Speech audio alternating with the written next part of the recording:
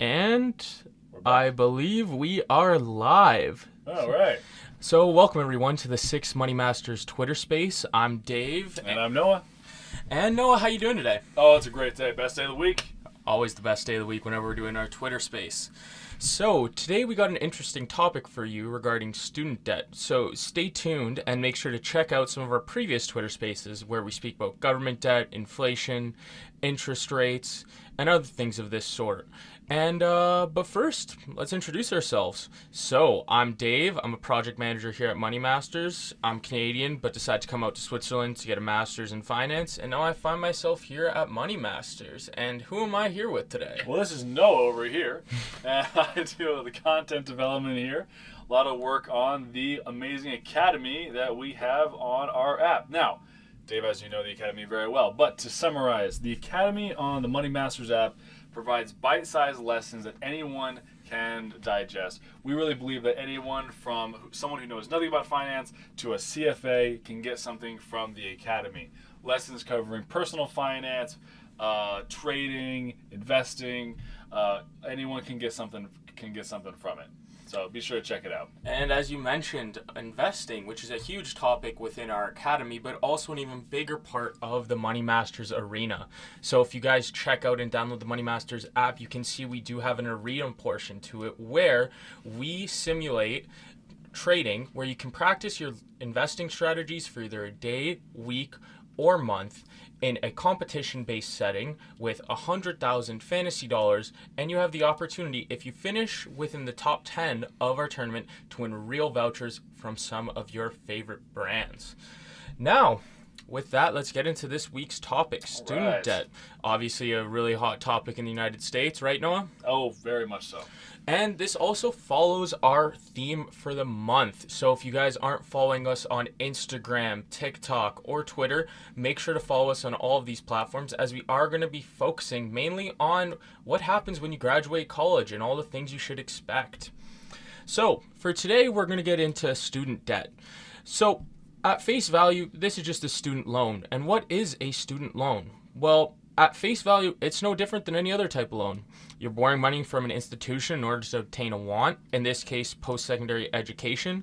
However, the big thing is that you cannot get rid of student debt. And this is mainly because it is an intangible asset. So, with me today, we have Noah, and also every week I have Noah with me. So, Noah, you're from the United States. You want to give us a little rundown on your story? Sure, yeah. So, of course, like many other people, when you go from high school to college, you inevitably end up with a bit of student debt, and I'm no different from that.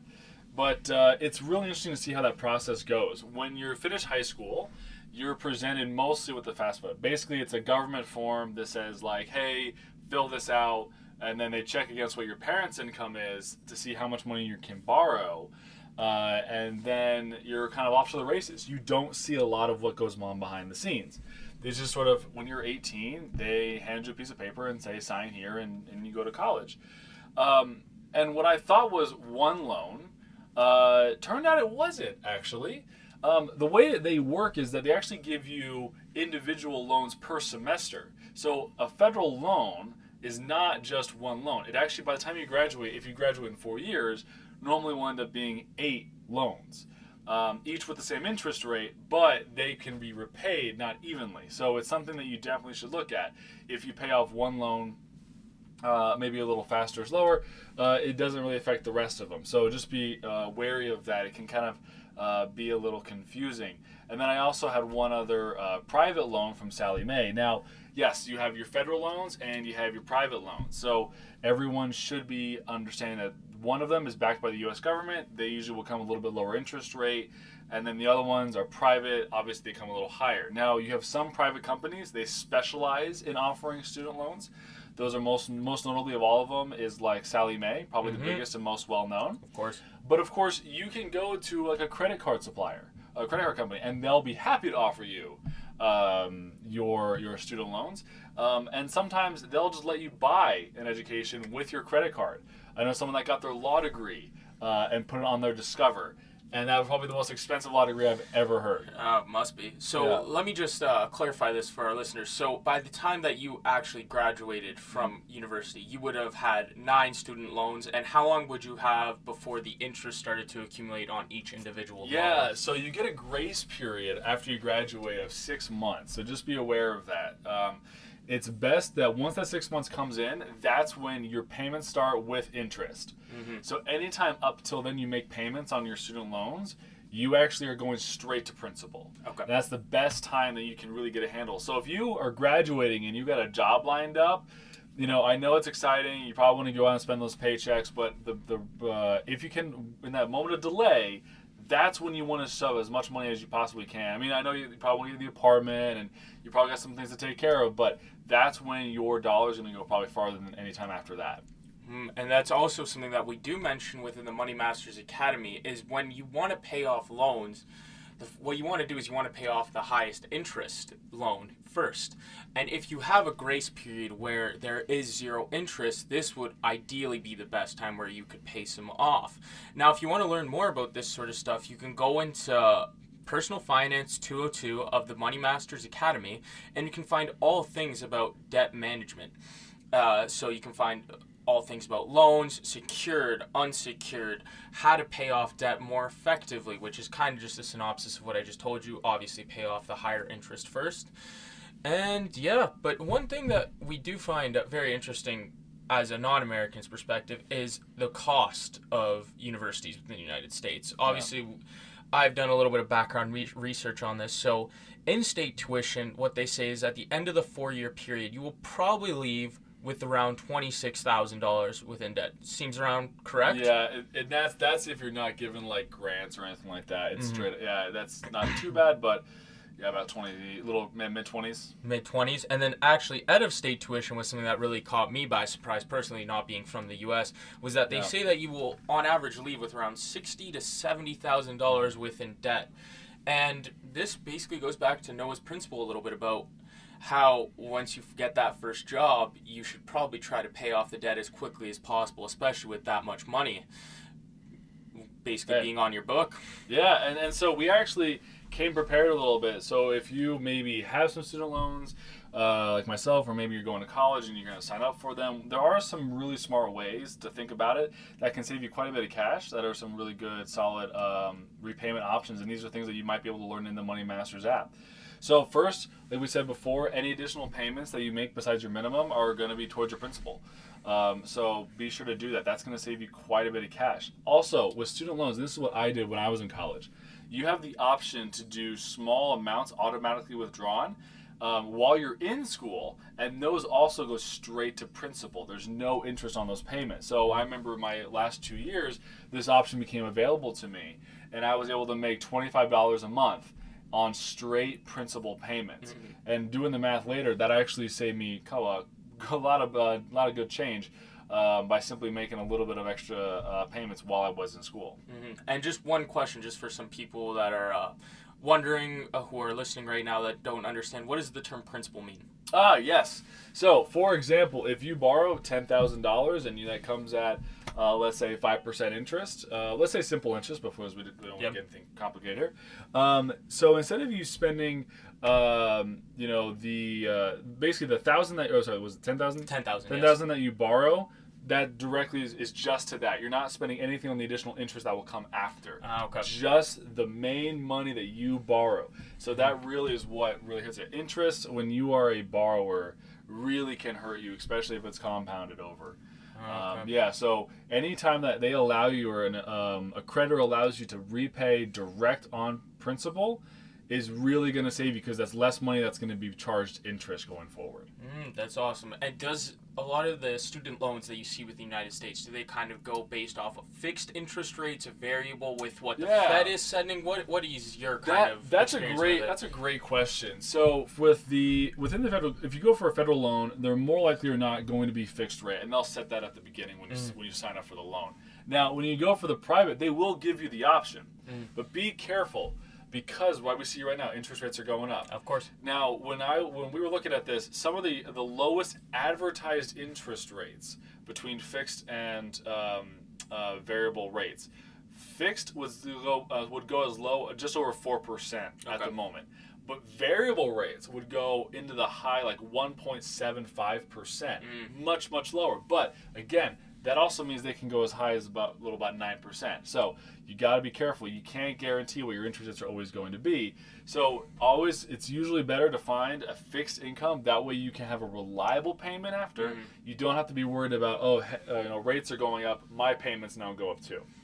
And that's one big thing is that actually that a lot of people don't really think about when they're taking out loans, especially students, because you are going to get this loan when you're 18 years old.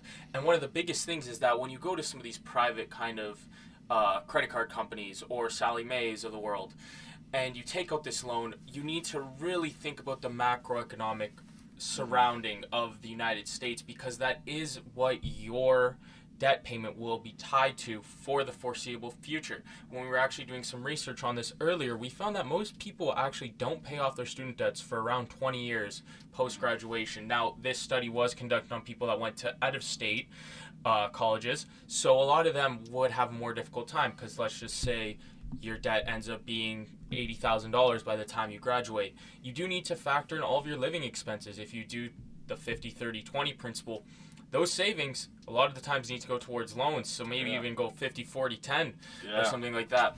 And that's one big thing that we talk about with the United States a lot, is this, how the macroeconomic situation really does play out with all things. So this is why we do think it is very important to become financially educated in some of the bigger macroeconomic themes.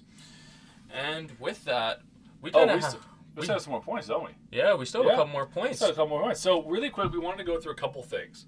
If you're a student, be sure to check out, do some research. You don't have to be your first year of going from high school into college to apply for grants. If you're a sophomore, junior, senior, super senior, anyone at that time, you can still apply for grants and scholarships at that time. And a lot of scholarships and grants don't actually get applied for, so maximize your time.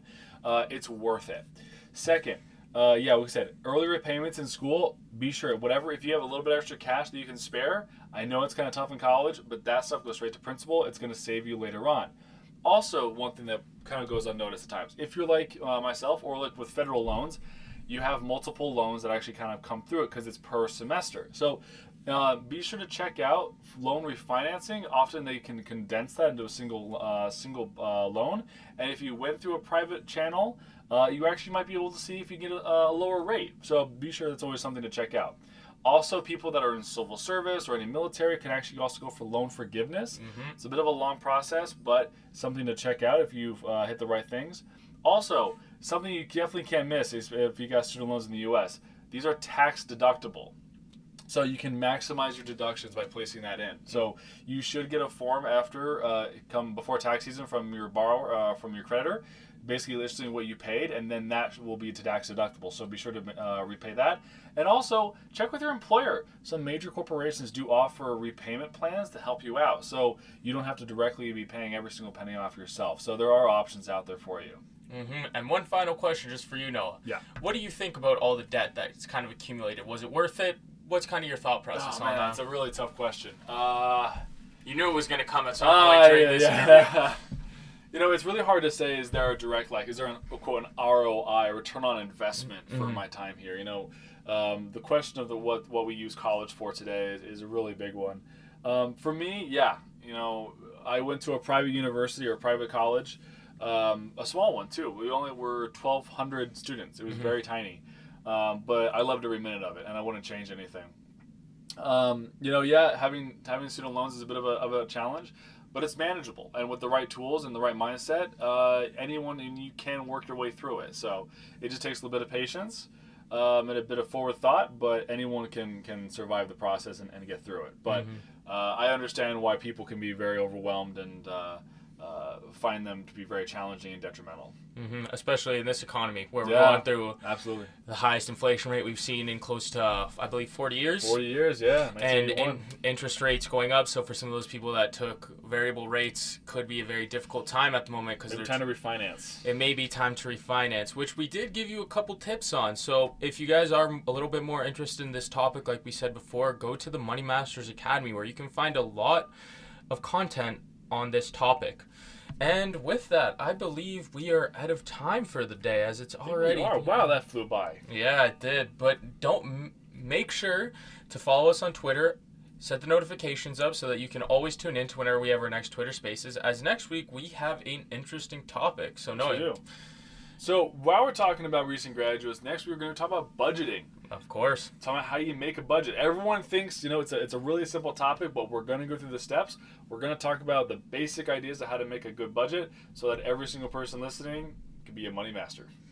And with that, we are done for today. Thank you all for tuning into our Twitter space, and we will see you guys next Tuesday. See you next Tuesday. Thanks everybody.